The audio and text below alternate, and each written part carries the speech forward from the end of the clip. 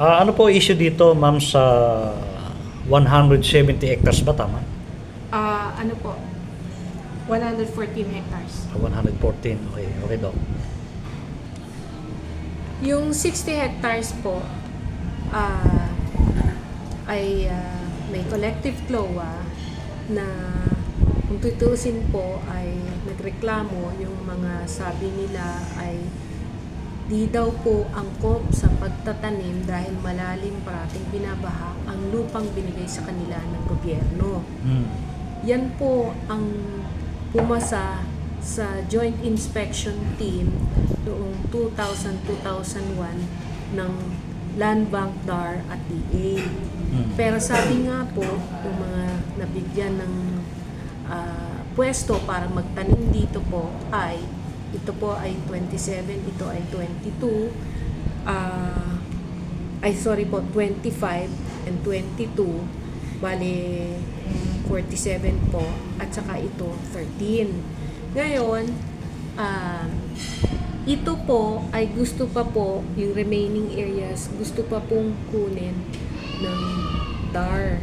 Ngayon, kung tutusin po, nung nag-inspection nga po ang Land Bank, DAR at DA, noong year 2000-2001, na-reject na po yan for being sandy, eroded, road right of way, ito po retention and forest. Kasi ito po ay forest na rin po. So makikita naman po ninyo na ito po ang Pampanga River, pinasok na yung property, and ito po ay dating quarry na nagkaroon ng quarry permit year 2000 and 2015. Kaya hindi po talaga pwedeng magtanim dito, kaya nga po ito ay hindi naging CLOA.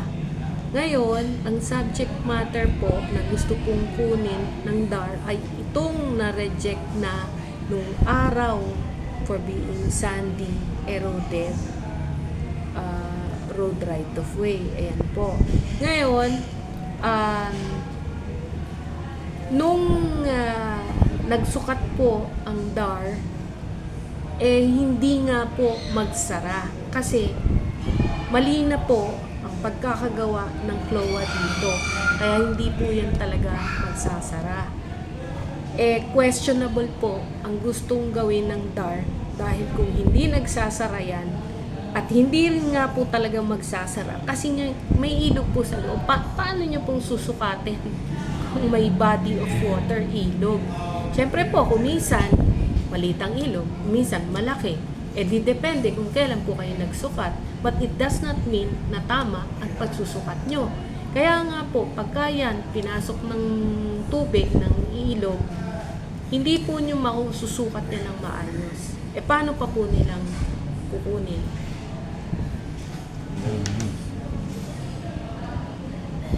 So, ito pong forest po ito, no? Mapuno yan. Yes, mapuno yan naman po. ngayon ay parang pinanghimasukan din ng isang samahan ba ng magsasaka na... Actually po, ito po ay hindi nila pwedeng pasukin at ang gusto lang naman po nilang kunin ay ito pong remaining na 54 hectares na hindi naman ho nila dapat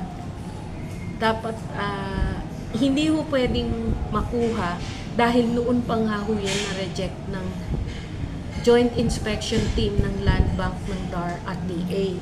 Tsaka makikita naman po ninyo na yung ilog nga po ay pumasok sa property at tuloy-tuloy po ang pagpasok ng ilog. It is migrating northwards towards the property.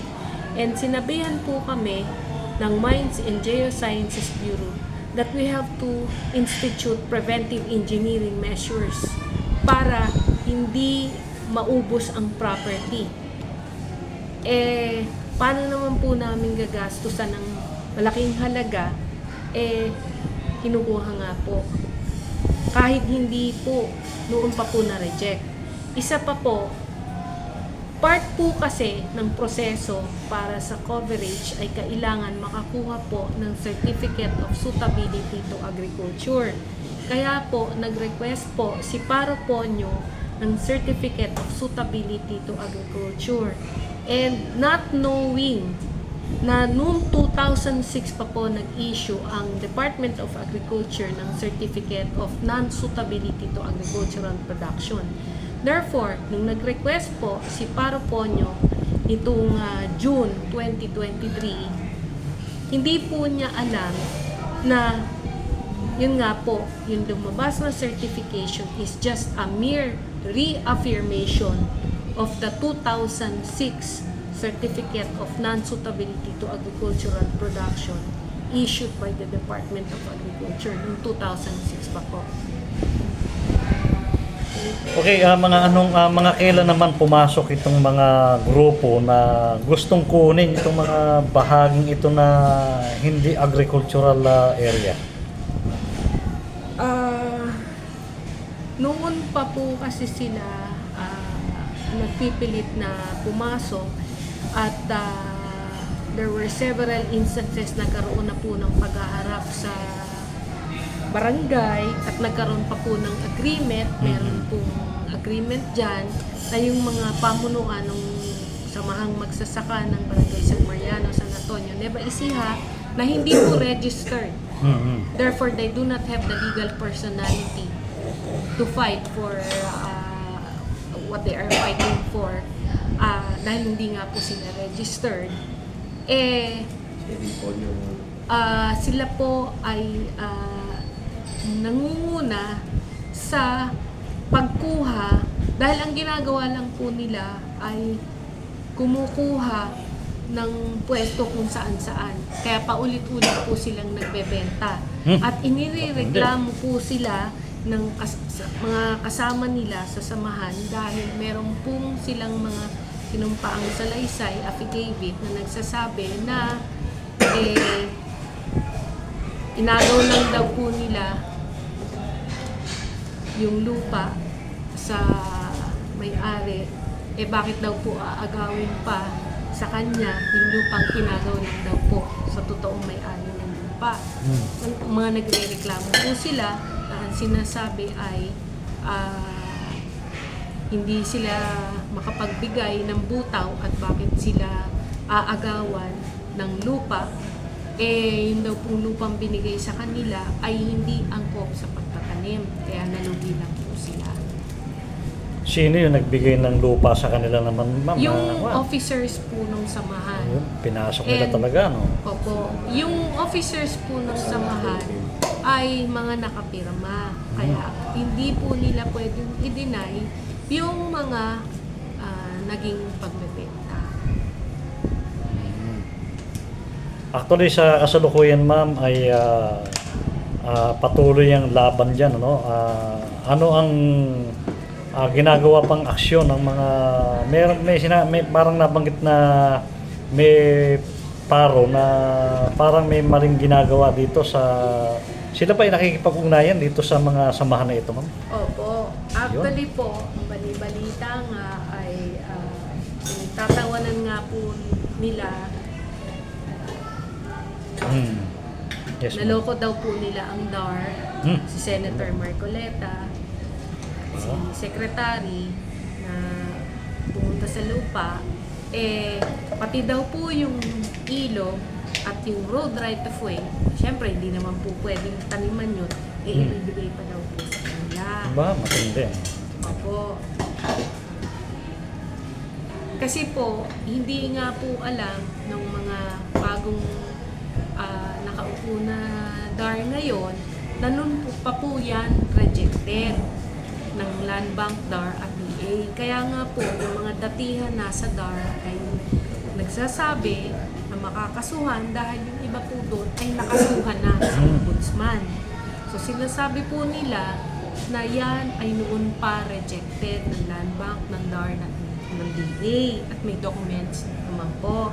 So kung tutuusin po, yung pagpipilit nila na kunin ngayon, lalo pa pong nadisgrasya kasi nga po, hindi po alam ni Paro Ponyo na as early as 2006, meron na pong Certificate of Non-Suitability to Agricultural Production.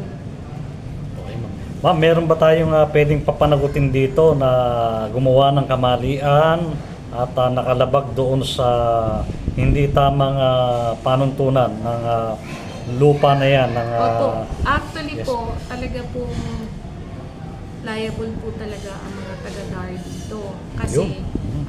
kung tutuusin po, hindi po nila alam kung ano po bang klaseng lupa ito. Kasi the fact that there is a certification of issued by the Mines and Geosciences Bureau that the whole property is a mineral land. Kaya nga po, meron pa pong quarry permits and may exploration permit.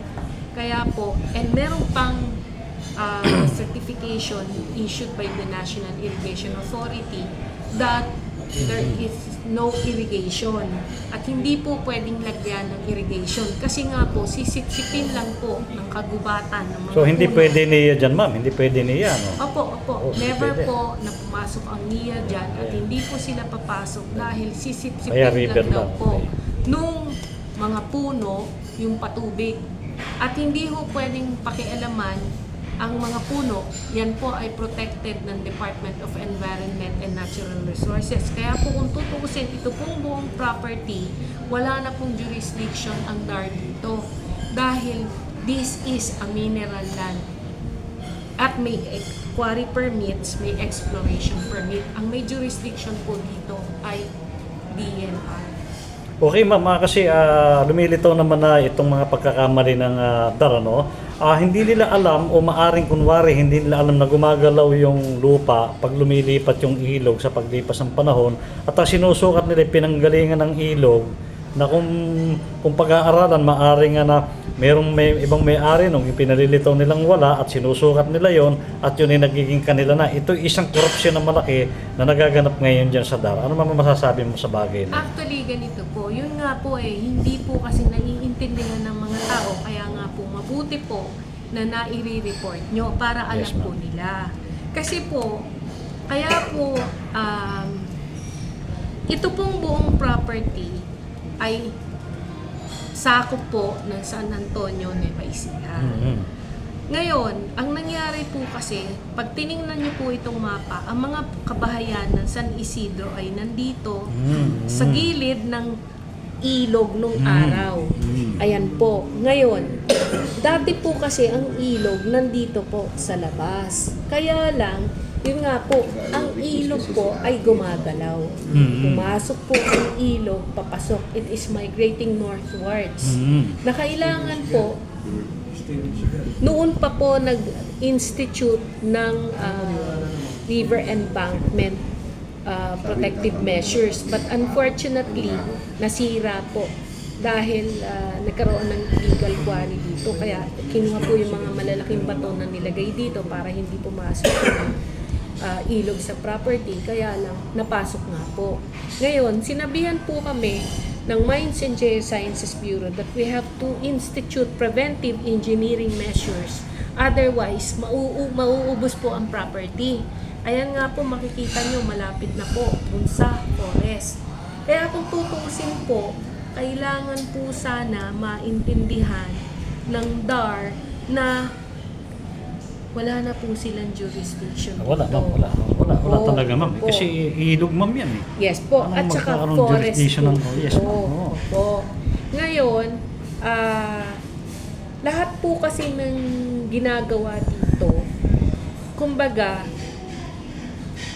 binabantayan na po ng DNR. Meron pong satellite dito sa property dahil nga po may quarry permits tayo and may exploration permit po tayo. Kaya nga ho, taon-taon na lang ay sabihin na natin na lagi pong naaarson yung property, nagkakaroon po ng sunog. And I have to report the DNR and sa Mines and Geosciences Bureau po, sa Senro, sa Penro, na nagkakaroon ng sunog sa property at pinaiimbestigahan po namin yun sa Bureau of Fire. Kasi it is my responsibility. Kaya nga po ang sinasabi, yun po ang kagandahan pagka merong mga permits. Meron kang quarry permits, meron kang exploration permit kasi hahabulin ka talaga ng DNR. Yun po ang kailangan sanang maintindihan ng mga government agencies na depende naman po sa property na pinag-uusapan.